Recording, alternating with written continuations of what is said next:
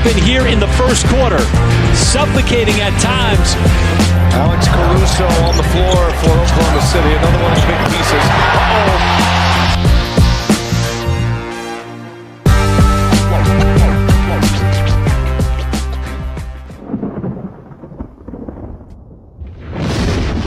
What's up, guys? Today it is the Bring the Thunder podcast again, but we're just doing a quick recap over the OKC versus Phoenix Suns game where we won 140 to 109. If you guys don't mind, I kind of just wanted to point something out just to kind of kick it off. We just scored 140 points, shooting 29% from 30. I mean, that is ridiculous, bro. That is crazy. I don't think it's. There were a couple episodes ago where I said that Shai is one of the best scorers since Kobe Bryant, and I don't think that's. I mean, every day that goes by, I believe that more and more. I mean, the shot to hit 50 was ridiculous, dude. That was such a Kobe Bryant play. I literally said that looked exactly like Kobe Bryant. Yeah, me too. Getting out of the triple team like that and dribbling a lot, like tiptoeing on the out of bounds. I mean, awesome. That was crazy. That was just insane. I think Sapphire has a really good stat about his scoring anyway. Mm-hmm. Yeah, I was going to say for every past 3 Wednesdays, he's actually scored 50 or more points, which is an insane stat. And before these past 3 50 points, he's had 0 50-point baskets. And a couple other interesting stats would be like he's leading the league in the most 30-point games, 40-point games, 50-point games, 20-point games. Pretty insane stuff here. Yeah, that's absolutely crazy. I mean, the dude had his average within 5 minutes of the third quarter. I mean, it's so they could have. I'm pretty sure he was actually mic'd up, and they had him saying that he could have gone for 70. He's absolutely right. I mean, I'm happy that Mark is.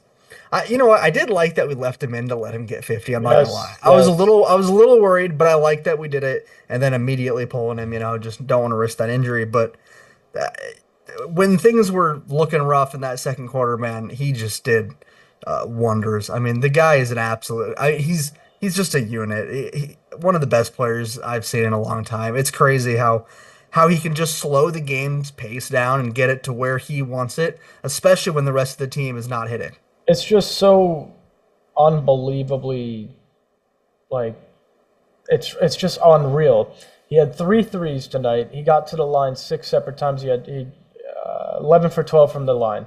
So other than that, I mean, it's all 2-point baskets, and he's dropping 50 consistently on anybody.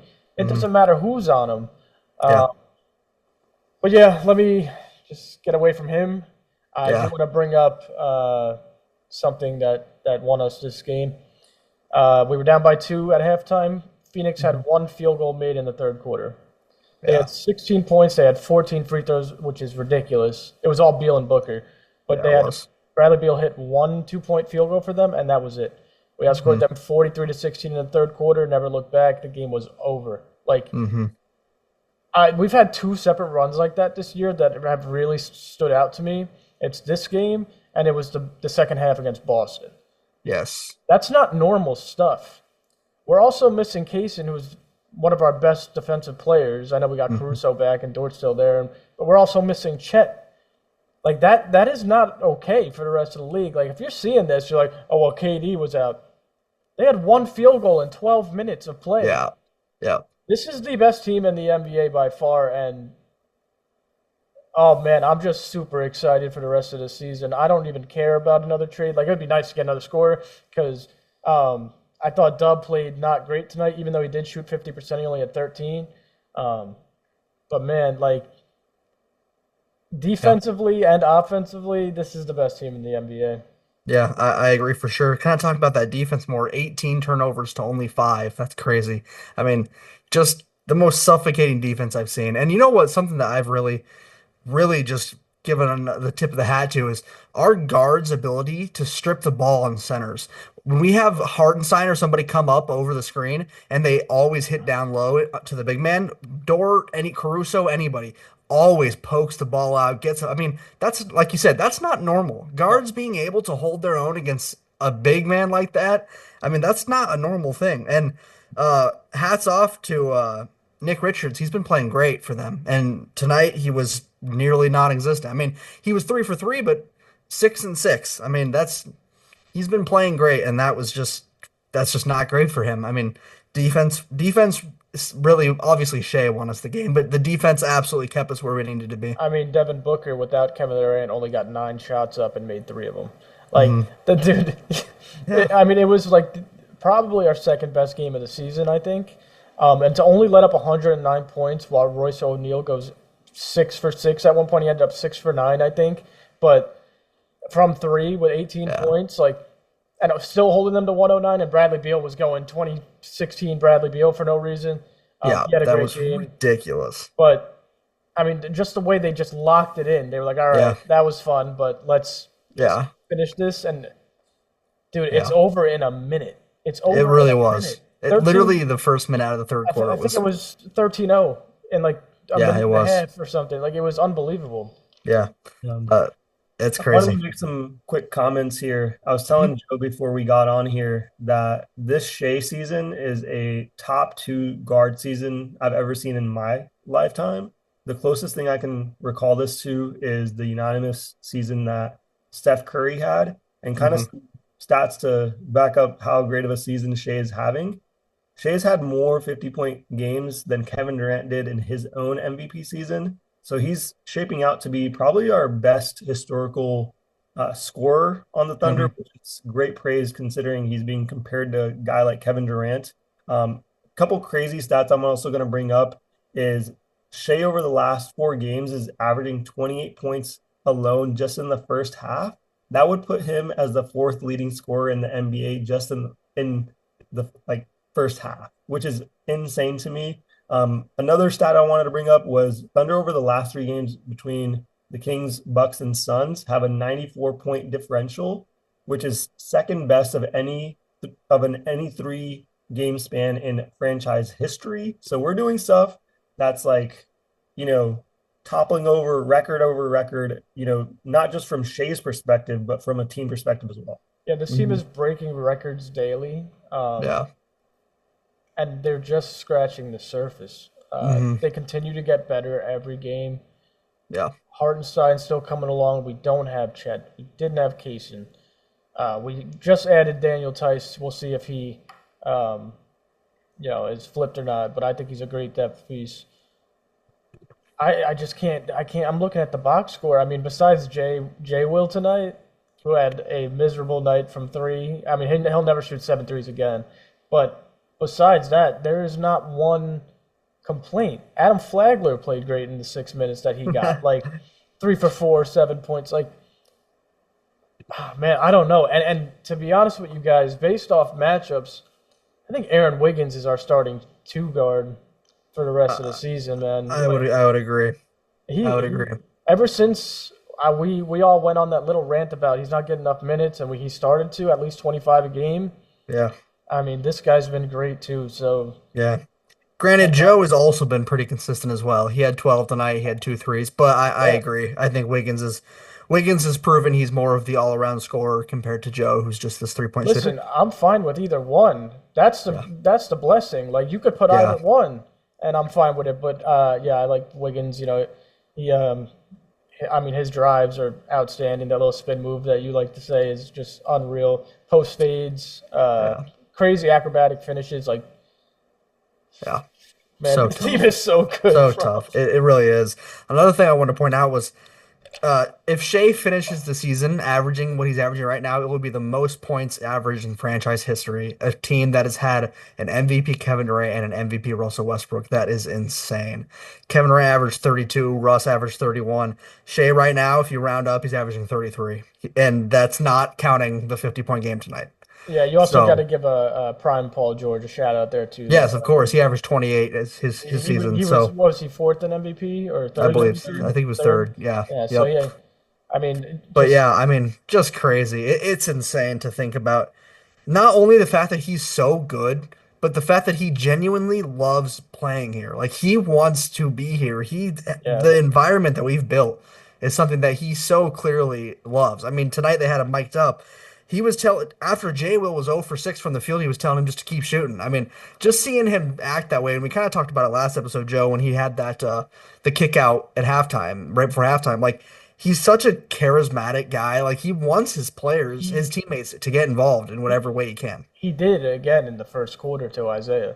Yeah. Isaiah knocked down that three. Like, he did it again, and I just put a smile on my face. And like you're saying, like, he loves being here. That actually, like, warms OKC fans' hearts because we've been through hell with a few guys, not to mention them. But, dude, like, where do we got to – this is the best OKC team I've ever seen. I agree. It's just like I'm watching this game. We went down by, like, 11 or 12 points – and I was never sweating. Like, that's how good they are. I was like, all right, we'll wait and see until it happens. Ideally, that doesn't happen, but I'm sitting there and I'm like, yeah, well, that's like a 2-point lead to us. So yeah, for sure. I think it's just important that us as OKC fans, we take in what's happening. We don't miss this moment. I mean, this is insane. This is historic stuff happening out of Shai and out of the team in general. I mean, at the beginning of the year when we traded for Caruso, there were all these people saying that, or not a lot of people, there were some people saying that we could have one of the best defenses in NBA history, and people were calling us crazy. I mean, we're doing all this without Chet, without you pointed out, without Caruso at times, but also without AJ Mitchell. He was proving to be a very good defender as well. I mean, this team is just crazy, and the fact that we might. I mean, like you said earlier, Joe, whether we make a trade or not, I'm really not. I mean, I'm concerned. I think there are definitely teams that are doing good at building themselves, but we're not a pushover. This isn't the same team that lost to Dallas in the second round. This is a different team. We are the staple #1 team in the Western Conference. Yes, if not the NBA. Yes. I won't say the NBA yet, just because we haven't been the champions yet. But this is not the same team. We're way deeper than what we were last year. The defense is, I mean, way better than what it was last year. Yeah. Adding Hartenstein, adding Caruso, adding AJ Mitchell, Casey Wallace second year. Bro. Yeah. And we don't even have double-digit losses, and we've had guys injured. Chet's been out. Hartenstein was out twice. Dubs missed a few games. Kaysen's out. Caruso's been out a lot of time. Like, guys, fans, if you're listening, I hope you are, first of all. You need to, like Gabe said, appreciate every single moment of what is happening, because this is the best you'll hopefully not ever see, but this is the best you have ever seen in OKC history. Yeah, for sure. There was one stat I wanted to read here. Shai actually has joined Kareem, Elgin Baylor, Kobe, Wilt, Luka, Harden, MJ, and Dame as the only players to drop 50 points 3 times in a 7-game span. And he doesn't play in the fourth quarter. And he's not. I'm going to say, it's just ridiculous. I mean, that company is crazy. I mean, that's... Even if this is the best that that OKC fans witness in the next 3, 4, or 5 decades, it's still absolutely ridiculous. I mean, like, this is historic. Like, it's insane how good of a player he is. Yeah, it's also not too often your team only has 9 losses through how many games are we? Yeah, almost to All-Star break. Yeah, we're like 3 games away 40, from 49 games. 49 games. We have 9 losses. Yeah, that's ridiculous. I mean, that is insane. That's just we haven't seen this. Transition over to a point I was holding off to make is there's an old adage of Phil Jackson, who used to say, if your team gets 40 wins before the 20 losses mark, that you'd be a championship contender. I'm sure Joe probably has heard this, and maybe even Gabe, or if you're a viewer right now, you've heard this. But I guess to mention, there's been 30 teams that have done that, and half of them have gone on to win championships. So I would say our odds are very, very well in our favor in that regard. And also we're on a 67-win pace. And with Chet Holmgren getting back, I predict us around like 69 to 70 wins. Yeah, that we're would on be a insane. 67-game win piece without a top center in the NBA. Yeah. So another point I wanted to make, Joe, I didn't want to cut you off at that time, but we have not played a single game healthy yet. Yeah, no. But our 2 bigs have not played a single game together. I mean, they've not. That's insane. Not even that. I was on the phone with my buddy while we were watching the game because I was just so like, are you watching this? Bro, we have never seen this year's OKC team fully play one game together. Everybody on the roster. Like, it's insane. It's I can't insane. even put it into words. What No. happens when No. Chet is there, when AJ's back, when Kaysen's healthy, when Caruso's finally dude. Yeah, for sure. I mean, we've been talking about it recently, talking about our trade targets and everything. And while I still wouldn't mind going out and getting a lower tier scorer here, I really think that we also need to realize that when we're fully healthy, we have those scores. I mean, we don't need a trade by any means. Like, it could be nice since we have had a history with being unhealthy this season, but if everything pans our way and everybody's healthy, we have so much depth that both Joe and Caruso can be off and AJ and Wallace can be on, it's ridiculous. We have got to be the only team I've ever seen that has the luxury of literally being able to roll out a different lineup based on our opponent. I mean, we can mix and match whatever players we want depending on our opponent. Like that's not something that you have. Like, it's crazy. Getting those extensions over the past offseason with Joe and Wiggins for cheap money is, I mean, absolutely such a steal. And like I said before, I'm really happy if we hold Daniel Theis as a backup. He could play the 4 or 5. And we've seen him at his best. He's a pretty damn good player. He's a scrappy guy. We're not looking for 10 points from him. We're looking from 8, right? Just rebound, defense, couple baskets off of lobs. I don't think people understand how key he could be for this team if we keep him anyway. He'd be the best transition man ever, because that was the next point I was going to make. I think I'm just, I'm reading your mind. I'm doing it on purpose. Yeah, he's we're in throwing you some oops. For sure. So I wanted to bring up Daniel Theis and some more, statistics like I kind of have been doing. Yeah. It looks like he'd be a perfect addition for us coming off the bench. He's averaged, I think, over his last 38 games, 4 points, 47% shooting, 4 rebounds. But more importantly, I think the big statistic with him is he's only 32 years old. He's 245 pounds. He's built like a brick wall, and he gets around 1 block a game. And that was kind of our weak point in the interior is the blocks. We get enough steals.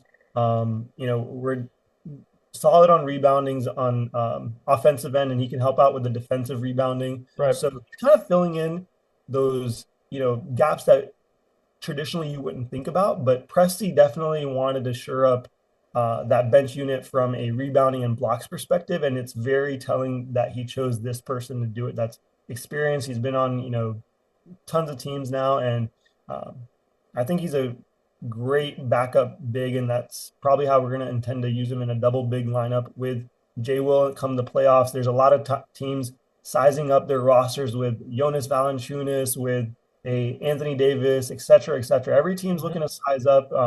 So it's, great to have some assurance. Absolutely brilliant move by Presti, first of all. Per usual. Yeah, and because, we didn't give up anything. We didn't give up anything for this guy. Nothing. I'm not going to get into the trades because that's for tomorrow, but brilliant move. And there's a chance, the reason why everybody saw OKC as a weak 1 seed last year, everyone said they're not the real 1 seed, because we were not soft, but we were small in the paint.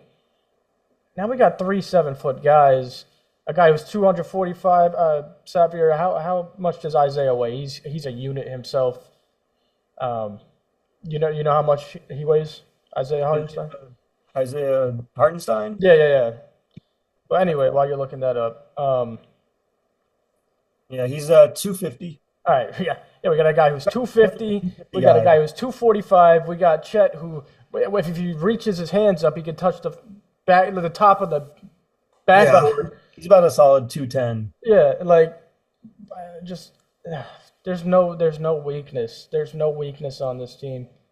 No, it's crazy. And the The other thing that people called us weak for was our lack of experience. And if we really keep Theis, that's a 32-year-old veteran. I mean, he's not super old, but he's old enough to have seen his share around the league. And that was one of the best things about adding Caruso.